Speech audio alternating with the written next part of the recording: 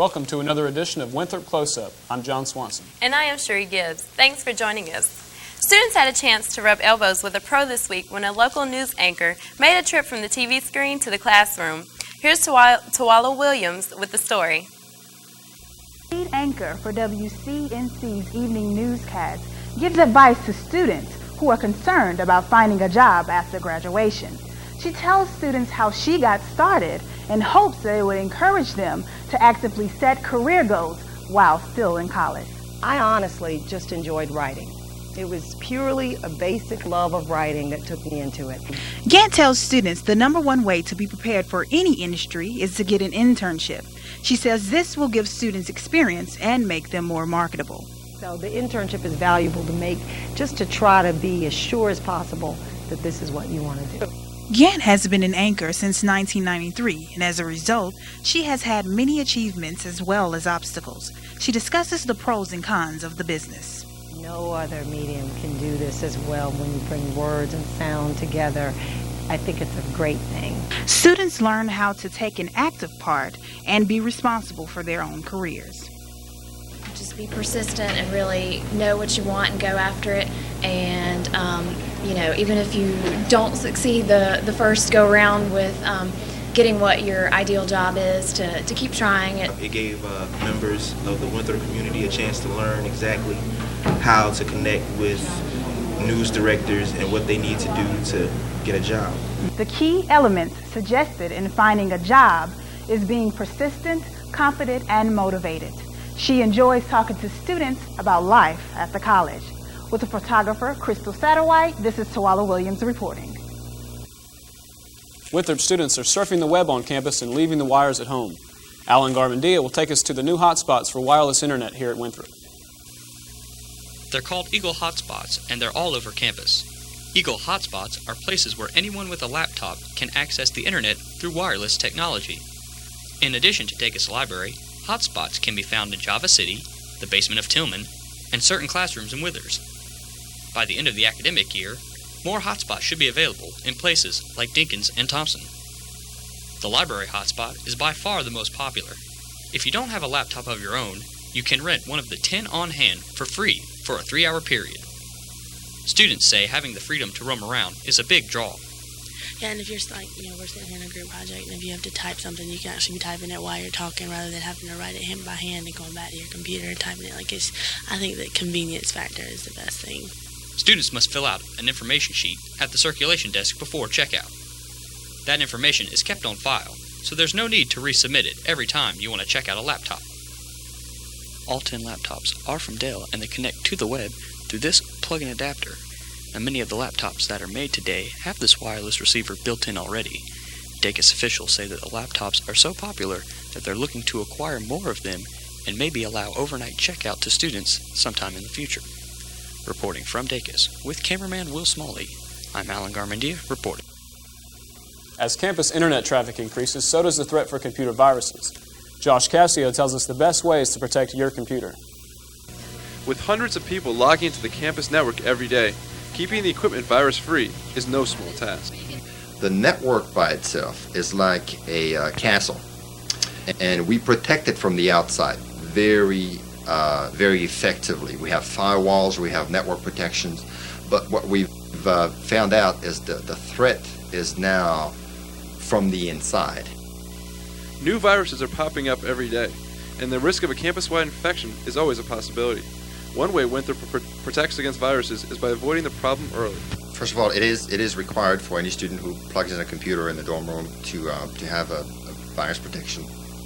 One way students keep their computers virus-free is by maintaining safe web surfing practices.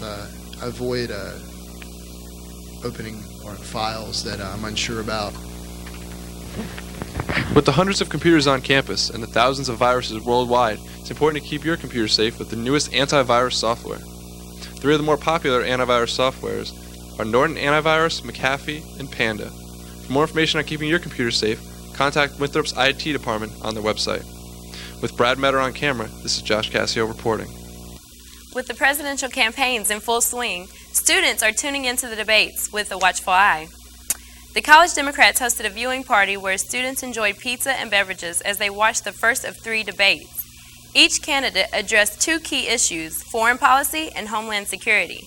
We asked students their thoughts on the debates. Opportunity for the candidates to express their views in a lengthy period of time, as opposed to the sound bites we generally see on TV. I thought John Kerry was dynamic. I think that he put the president on the defensive. I think that he made the president answer a whole lot of tough questions. For the first one, it was really good, you know. I don't know if I should say who I'm voting for, but I'm voting for Kerry or whatever. And I feel that Kerry he knows his stuff. Two more debates are scheduled prior to the election. The candidates will tackle questions from undecided voters in a town hall format and discuss their plans for the economy. When we come back, Renard Gadsden tells us about a new way to satisfy those late-night cravings without leaving campus. And learn about Winthrop's own version of American Idol. We'll be right back.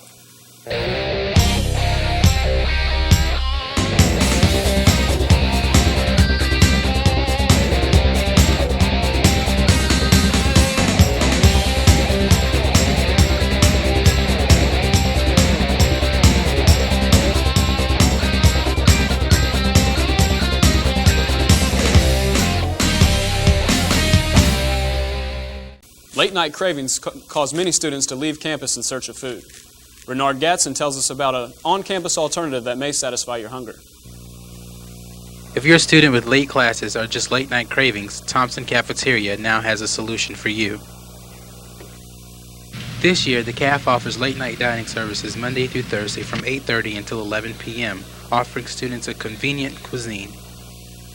It's a very convenient thing for the students now because of the way they have classes during the day, hard studying. When they need that break, it's a good time to come in and, get that quick snack or meal before they go back to their studying. In addition to paying with cash, students can pay with Cafe Cash, an option not available at off-campus locations such as McDonald's or Wendy's. I think it's very accessible, it's cheap, it's got a good menu, and it's a lot better than eating Easy Mac.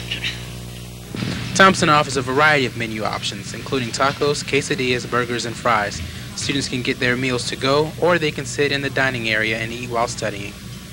It's a good idea. I'll be hungry at night. Yeah, I just really think it's a great thing for the students. Like I said, late night dining. It's just that option is there for you. And you have the McDonald's and all other things on Cherry Road. You can kind of save your money, stop the walk, going from here to there. And while you're studying, quick come in and get you something to eat, and we appreciate your business. Adrian Smith and other managers expect that as more and more students become aware of late-night dining services, the amount of meal options the students will have to choose from will increase as well, offering students more bang for their buck. With photographer Justin Britwell, this is Renard Gadsden reporting. Winthrop students filled Tillman Auditorium with music, dancing, and plenty of laughs. Jason Lee tells the story. Idol has come to Winthrop. The Winthrop Idol was a showcase for Winthrop students who performed their talents, singing and dancing while part of the event.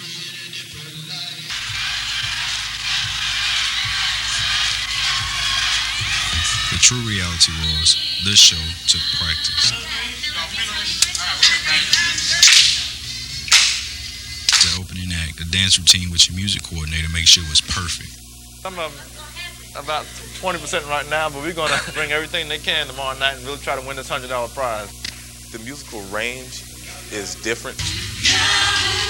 Winthrop Idol is pretty much based on American Idol. And I hope I do win because I do need that money. Lord knows I need it. I am looking for confidence, stage presence, most of all, a lover of the stage. The contestants seem to have a good time. I had a good time. Just learn all those dance moves, Oh, yeah. I just had a good time, and I wouldn't mind doing it again. The audience appeared to love Sasha Small. Personally, I like Miss Sasha because I just come from that church background, and she did bring that with her. Jennifer Vance. Thank you very much. I think it was fair. I knew she was going to win. I just thank God that I won. It's nothing but God that allowed me to win. Winthrop Idol, Sasha Smalls, and all her fellow singers feel that practice can make perfect. For Winthrop Close Up, this is Jason Lee reporting. If you're looking to get out of Rock Hill, why not try studying in another country? That's what students were being told at this semester's Study Abroad Fair. Aaron Russell has the story. There has been a huge response for students interested in the Study Abroad program. Students recently had opportunities to talk with representatives of different countries at Winthrop Study Abroad Fair. There were more than 20 tables representing countries such as France, England, and Australia. The event took place in McBride Hall. For those interested, talk to students who have been through the program. I recommend it to whoever would like to go abroad. It was a little bit difficult at times, but overall it was a great program.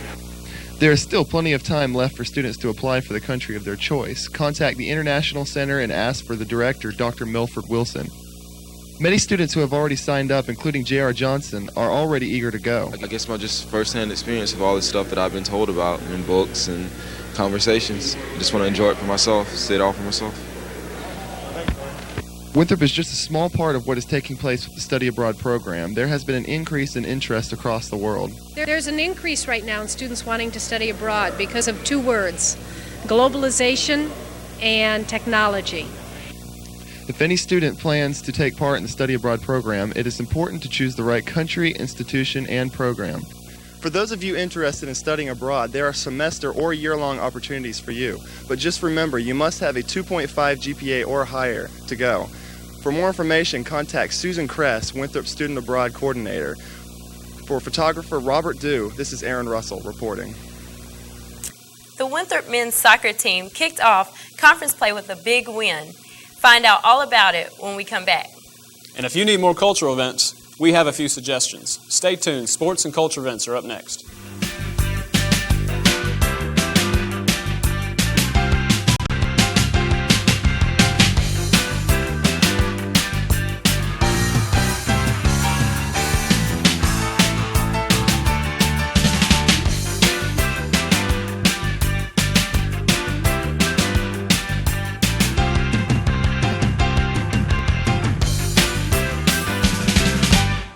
Welcome back. I'm Matt Tollison with your Eagle Sports Update.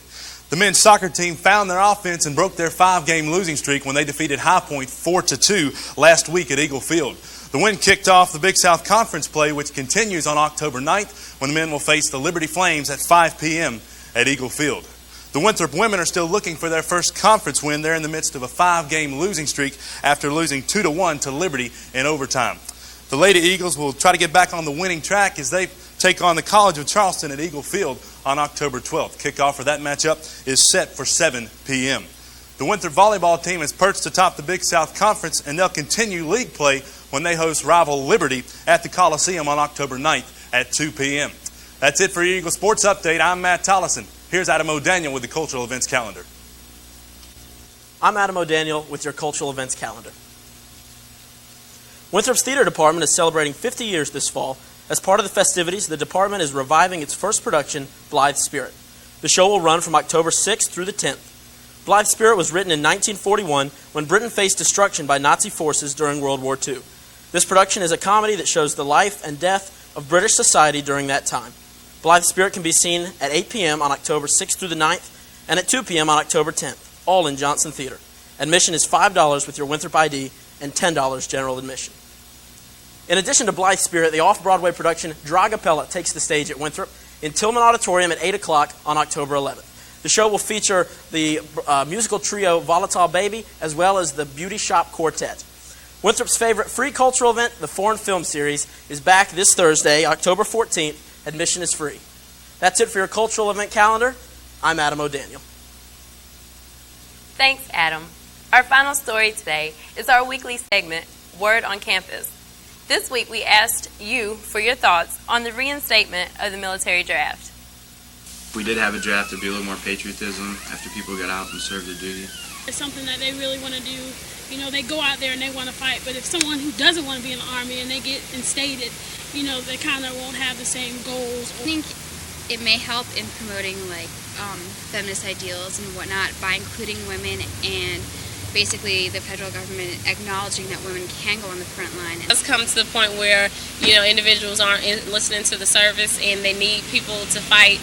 I think it is necessary because we have to defend our country. I don't think the draft should be reinstated because if they draft someone like me, personally, I can't fight. I can't even shoot a gun. That's all for this edition of Winthrop Close Up. Join us next time when we bring you the story about a national championship coming to Winthrop. I'm John Swanson. And I'm Sheree Gibbs. Thanks for watching.